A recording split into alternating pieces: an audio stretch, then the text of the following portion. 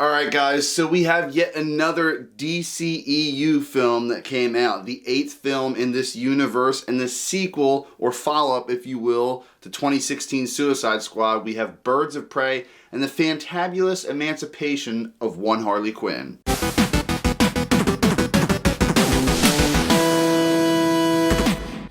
So Birds of Prey is directed by Cathy Yan. I looked under her previous directorial history. She doesn't really have much under her belt. Stars Margot Robbie, Ewan McGregor, Mary Elizabeth Winstead, and Rosie Perez, and a huge slew of other noteworthy cast members. So what's going on in Harley Quinn's world? Well, the Joker and her broke up. Fast forward a little bit and we're introduced to the character Black Mask, or the villain of the story if you will. He's a guy who, he's very much in power. He's got gangs, he's got the clubs, he's got the cars, but if that power slips away from him just in the tiniest bit, he becomes really uneasy and just irritable. Bottom line, this guy loves to be in control.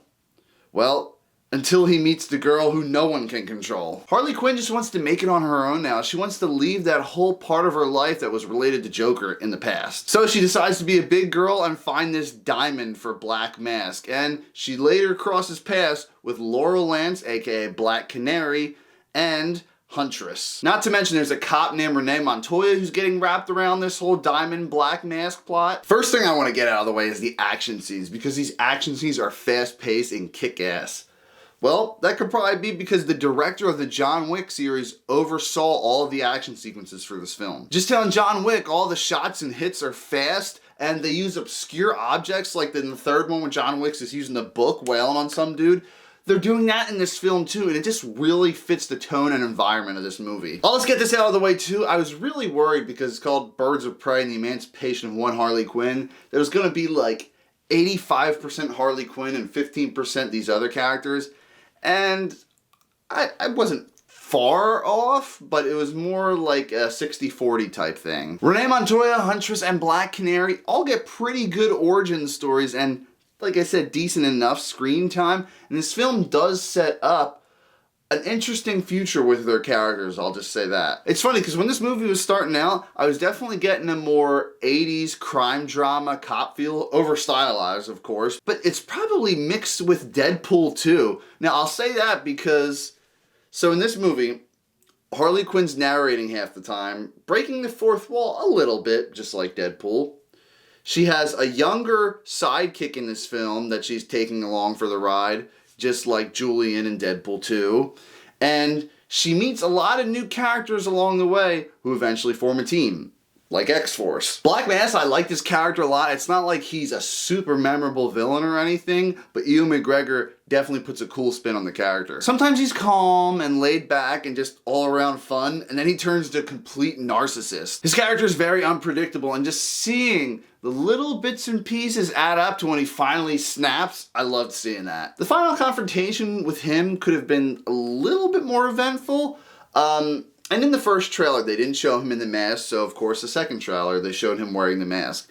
In the movie, he's literally only wearing the mask for like a minute. They pulled like a Spider-Man 3 type thing with Topher Grace, like, I want to show my face off, gotta get more screen time, right? They handle the post-Suicide Squad stuff really well.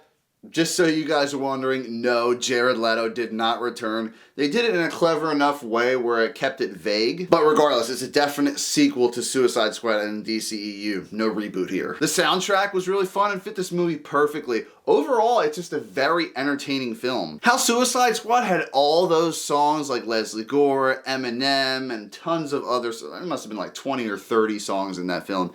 This movie does have a decent amount, but it definitely dials it back a bit so it's not as overwhelming. Also, there's a decent amount of stuff cut from this film too. I remember one of the first photos that leaked was a picture of Joker, and his face was conveniently covered up so you couldn't tell it was Jared Leto. And it looked like he was like throwing shit out of Harley Quinn's like room, signifying that he like kicked her out. Another scene they showed in the trailer where Harley Quinn's just like boo and like headbutts the camera, that wasn't in it. And I believe it was towards the end of the first trailer where the little Asian girl's just like, you're one crazy psycho chick. And Harley Quinn's like, you never call a woman a chick, I'll accept broad, bitch. Like, that whole sequence was cut out. Speaking of stuff that was in the trailer, that one scene where it looks like Harley Quinn has like some musical number, that was kind of out of place in this movie, which is odd to say because this movie was like super stylized and over the top and just fun. One thing I was a little bummed by is in the trailers they show Harley Quinn with her signature hyena, like the one she uses in Injustice 2 to like chomp the shit out of her enemies.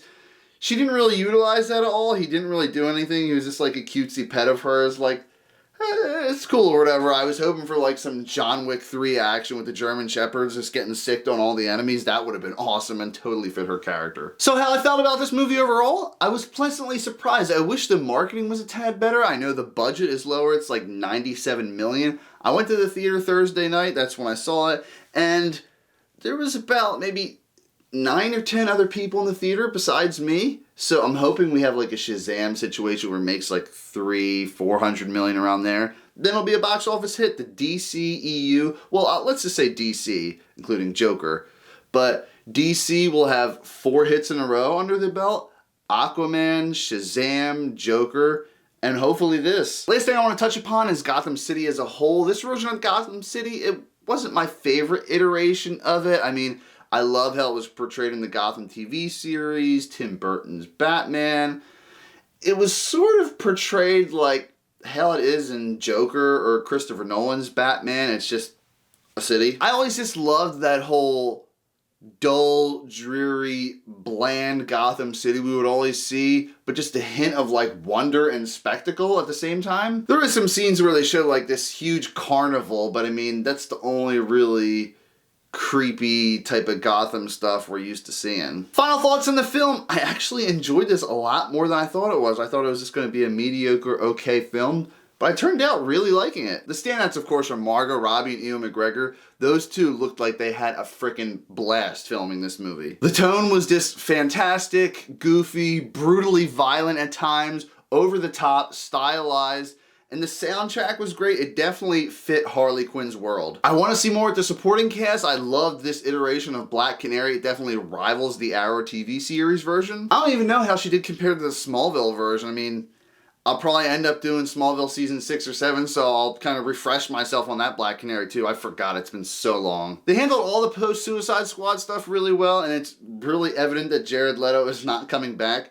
Thank you. Post-credit scenes, there's nothing during the mid-credits. After the credits, there is something very subtle and funny, but is it worth staying after? I wouldn't say so. Birds of Prey and the fantabulous emancipation of one Harley Quinn is just a fun film all around. And for me, it gets an 8.5 out of 10.